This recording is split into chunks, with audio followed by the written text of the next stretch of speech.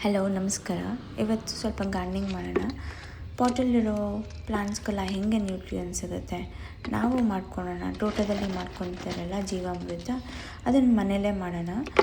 So ಇದಕ್ಕೆ ನಾನು ಸಗಣಿ ಹಾಕಿದ್ದೀನಿ, ಆಮೇಲೆ ಕಡಲೆಕಾಯಿ ಹಿಟ್ಟು ಹಾಕಿದ್ದೀನಿ. ಆಮೇಲೆ ಇದು ಕಡಲೆಕಾಯಿ ಹಿಂಡಿ, ಇದು ಅಕ್ಕಿ ಅಂಗಡಿ, ಬೇಳೆ ಅಂಗಡಿ ಅಲ್ಲಿ ಸಿಗುತ್ತೆ.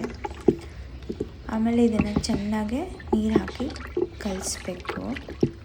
ಸೊ ಸಗಣಿ, ಕಡಲೆ ಹಿಟ್ಟು, ನೀರು, ಆಮೇಲೆ ಇನ್ನೊಂದು ನಾವು ಇದಕ್ಕೆ ಜೋವರ್ ಫ್ಲೋರ್, ಇದು ಸ್ವಲ್ಪ ಎಕ್ಸ್ಪೈರಿ ಆಗಿತ್ತು, 1 ತಿಂಗಳದು. ಅದಕ್ಕೆ ಇದನ್ನು ಇಲ್ಲಿ ಹಾಕ್ತಾಯಿದ್ದೀನಿ. ಇಲ್ಲಾಂದರೆ ಒಳ್ಳೆಯದನ್ನೇ ಹಾಕ್ಬೋದು, ಅಥವಾ ಇನ್ನೇನು ಬಿಸಾಕ್ತೀರಾ ಅಂತಂಗಿದ್ರೆ ಅದನ್ನು ಹಾಕ್ಬೋದು, ಏನಾಗಲ್ಲ.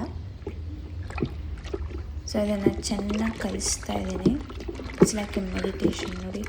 ಸೊ ಕಲಸಿ ಇದು ಮೆಡಿಟೇಷನ್ ಥರ ಇರುತ್ತೆ. ನಿಮಗೆ ಕುಕ್ಕಿಂಗ್ ಇಷ್ಟ ಇದೆ, ಕುಕ್ಕಿಂಗ್ ಮಾಡಿದ್ರೆ ಹೆಂಗೆ ಇಷ್ಟ ಆಗುತ್ತೋ ಅದೇ ಥರ ಇದನ್ನು ಹಾಕಿದ್ರೆ ನಾವು ನಿಜ ಪ್ಲ್ಯಾಂಟ್ ಗ್ರೀನಾಗಿ ಬರುತ್ತೆ. ಮತ್ತು 1 ಪಾಟಲ್ಲಿ ನೀವು ತುಂಬ ಪ್ಲ್ಯಾಂಟ್ಸ್ ಬೆಳಿಬೋದು, ಯಾಕಂದರೆ ಅಷ್ಟು ನ್ಯೂಟ್ರಿಯನ್ಸ್ ಸಿಕ್ಕಿರುತ್ತೆ ಮಣ್ಣಲ್ಲಿ. ಪಾಟಲ್ಲೇ ನಾವು ಚೆನ್ನಾಗಿ ಬೆಳ್ಕೊಬೋದು. ನೀರು ಮಿಕ್ಸ್ ಮಾಡ್ತಾಯಿದ್ದೀನಿ.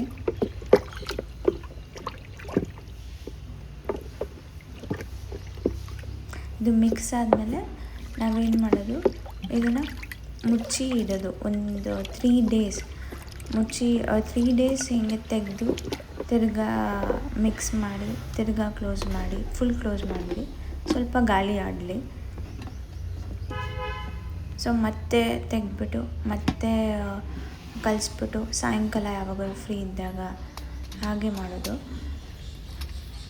ಇದು ನನ್ನ ಪಾಟು, ಒನ್ ಆಫ್ ದ ಪಾಟ್. ಇಲ್ಲಿ ನಾನು ತುಪ್ಪದ ಹೀರೆಕಾಯಿ ಹಾಕಿದ್ದೇನೆ.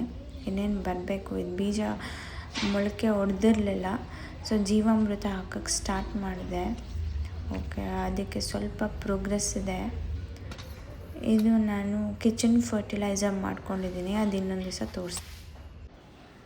ನೋಡ್ರಾ, ಇಲ್ಲಿ ನೋಡಿ ನಂದು ಪಪ್ಪಾಯ ಗಿಡದ ಹತ್ರ ಗುಬ್ಬಚ್ಚಿ. ಅದಕ್ಕೆ ದಾರ ಕಟ್ಟಿದ್ದೆ, ಪಪ್ಪಾಯಗೂ ದಾಸವಾಳಕ್ಕೂ. ಸೊ ಆ ದಾರ ಅದಕ್ಕೆ ಬೇಕಾಗಿದೆ. ನಾವು 2nd ಫ್ಲೋರಲ್ಲಿದ್ದೀವಿ, ಆದರೂ ಗುಬ್ಬಚ್ಚಿ ಬರ್ತದೆ. That's how we can create small garden.